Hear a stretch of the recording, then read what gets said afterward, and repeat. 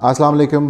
Welcome back. आज एक news थी जिसमें प्रेसिडेंट पुतिन रशिया के, उन्होंने एक हेडली गैम्बल को इंटरव्यू दिया था 14 अक्टूबर। तो उसमें उन्होंने बताया कि जो डॉलर है it's being use as a weapon by US, जिसमें सैंक्शंस के जो उसमें लगाई जाती हैं डॉलर के अंदर ट्रेड ना की जा सके तमाम ममालिक से, क्योंकि आपको पता है कि जो सारी इंटरनेशनल सेटलमेंट्स होती हैं ट्रेड्स की, they are in dollars, specially oil gas और जो बिगर कमोडिटीज़ हैं specially they all get traded in dollars. जिसकी वजह से आपको ये भी सुनने में आता होगा कि डॉलर इज़ पेट्रो डॉलर। तो उसके बेसिकली जो उसकी पावर है वो सारी ऑयल के साथ है, जो कि अब इस वक्त पूरी दुनिया में, जिसके पिछले आप देख रहे हैं काफ़ी अरसे से प्रॉब्लम्स भी चल रही हैं, जिसमें प्रीवियसली जो ईरान के ऊपर सैंक्शंस हैं वो भी ऑयल की वजह से हैं। फिर सऊदी अरब जो है उसमें भी जो प्रॉब्लम्स आई थी रशिया और सऊदी अरब की over the rates and supply, और कि कितना जो है उन्होंने बेचना है, किस मुल्क ने कितना बेचना है। अभी रिसेंटली यूएई और सऊदीया भी इसके ऊपर एक तनाज़े में थे। तो कुल मिला के बेसिकली जो Putin is trying two point out कि जो वेपनाइजेशन है डॉलर की, वो इस वक्त अमेरिका को के जो उनका अपनी रोज़ी रोटी है वो उसी को जो है शैटर कर रही है in a longer term time frame. और उसमें उसकी वजह ये है कि जितना ज़्यादा वो इस चीज़ को वो करते जाएंगे, they are actually endorsing and pushing the countries जो अंडर डेवलप्ड हैं या जो इन्हिसार करती हैं डॉलर के ऊपर, टूवर्ड्स कि वो कोई और ऑप्शन फाइंड आउट करें। और उसमें एक उन्होंने बड़ी अच्छी बात की कि जिसमें उन्होंने थोड़ा सा मेंशन भी किया क्रिप्टो करेंसीज़ की तरफ से सीएनबीसी को इंटरव्यू देते हुए, जिसमें उन्होंने बताया कि जो ऑप्शंस हैं, we can obviously use crypto currencies as digital payment system और मोड ऑफ सेटलमेंट, जो कि डॉलर है। अब वो इस चीज़ को जो है वो सह नहीं पा रहा, और प्लस जो सैंक्शंस हैं उसको हमारे पे जो है वो लगाया जा रहा है, जिसकी वजह से obviously they are pushing us towards it. और उसने उन्होंने ये भी इसमें मेंशन किया कि जो अमेरिका का अपना भी ब्रेड एंड बटर है, that is also because of dollar. तो अगर वो इस चीज़ को मज़ीद पुश करेंगे कंट्रीज़ के ऊपर, तो they are going to kill their own source of income from the dollar as well. जो कि काफ़ी एक इंटेलिजेंट अप्रोच थी पूरी दुनिया को इस मसले की तरफ नज़र दिलवाने की।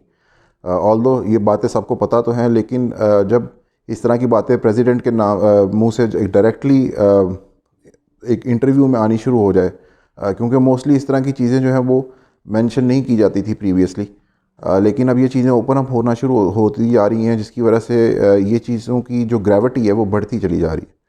और जो एक्चुअल वो कहते हैं ना कि रीडिंग बिटवीन द लाइंस, उसमें यह है कि I think Russia is pretty close to finding another option than dollar for all of its trades, whether that be oil और anything else.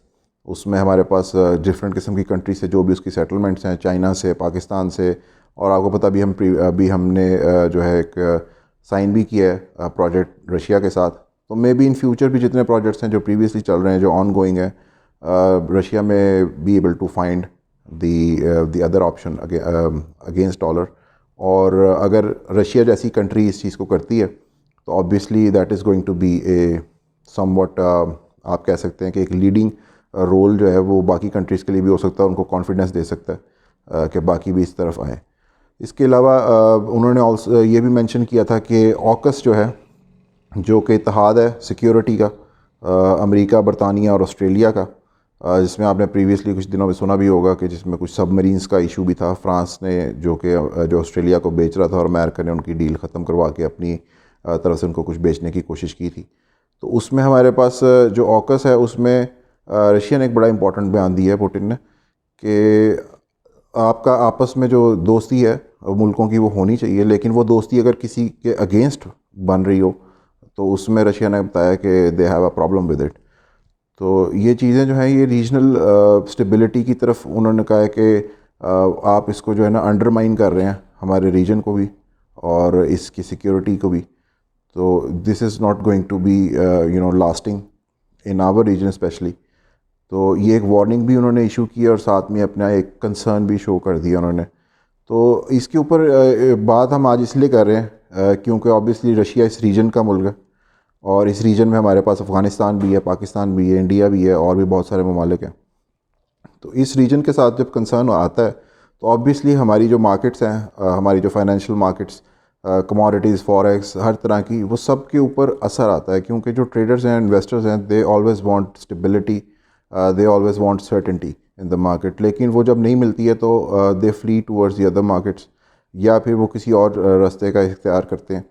The thing is कि हमारे पास यहाँ पे अगर ये सब को कंसर्न, तमाम मुल्कों को, चाइना को भी जो बिगेस्ट कंसर्न है वो है ही यही कि जो कारोबार है वो फ्लरिश करे और जंगें जो हैं वो इनको सेकेंडरी रखा जाए।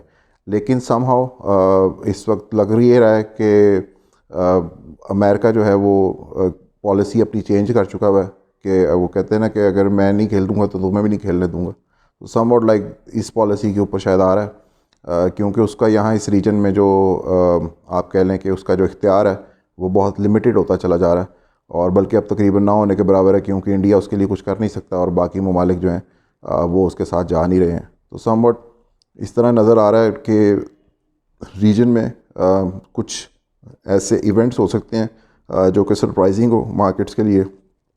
ये मैं नहीं कह रहा कि वो अच्छे होंगे या बुरे होंगे, अच्छे भी हो सकते, बट इसके लिए एक इन्वेस्टर को अपनी जो है वो हमेशा अपनी एक दूरअंदेशी की आंख जो है वो रखनी चाहिए। तो इसके साथ ही मुझे इजाज़त दीजिएगा। अल्लाह हाफ़िज़।